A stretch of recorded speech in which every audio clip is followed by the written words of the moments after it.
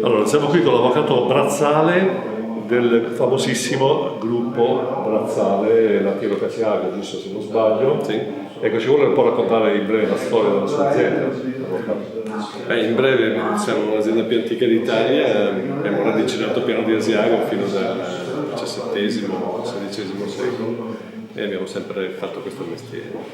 Oggi il nostro gruppo lavora sia in Italia che in Repubblica Ceca come industria latino-casearia, poi abbiamo una piccola unità in Cina e diciamo però il grosso del nostro lavoro si svolge appunto tra l'Italia e la Repubblica Ceca, abbiamo circa 700 dipendenti e facciamo formaggi soprattutto al burro. Ecco, senta, si dice che i prodotti veneti non sono noti oltre i confini regionali. C'è un po' questa cosa, ci sono certi prodotti in altre regioni famosissimi, in Veneto fa un po' fatica, come mai, secondo lei?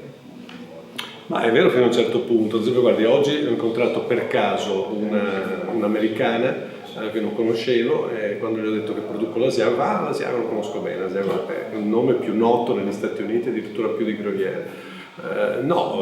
Direi forse non è proprio così. Veneto è molto forte come regione in alcuni settori.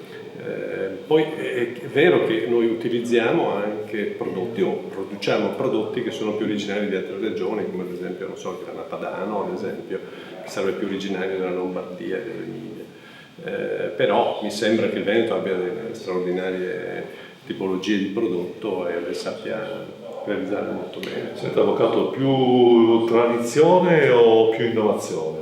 La tradizione è innovazione. La tradizione è il passare ciò che è meglio e lasciare indietro ciò che è superato, per cui non è mai esistita in realtà il concetto di tradizione come lo si interpreta oggi è sbagliato, non è una fotografia, è un processo in divenire nel quale si continua a migliorare il prodotto, adeguare alle esigenze dei tempi e anche tutte le opportunità di novità tecnologiche che i tempi mettono a disposizione per realizzare un prodotto migliore. I nostri prodotti non sono mai stati uguali, lei pensi che l'Asiago una volta era di pecora per esempio, no? Non sono mai stati uguali, ma perché i tempi non sono mai uguali. E mai come oggi il consumatore mangia bene.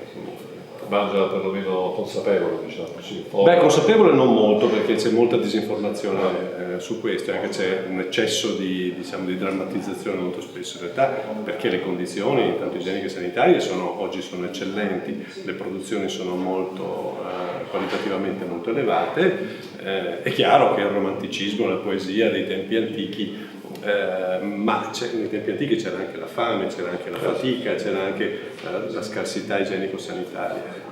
Oggi devo dire che il consumatore può stare veramente tranquillo, ha un'ampia scelta. Benissimo, ecco, ringraziamo l'avvocato Brazzale, presidente del gruppo Brazzale, presente in Italia, Cina e Cecoslovacchia con oltre 700 dipendenti. Grazie per la sua testimonianza. Grazie a voi.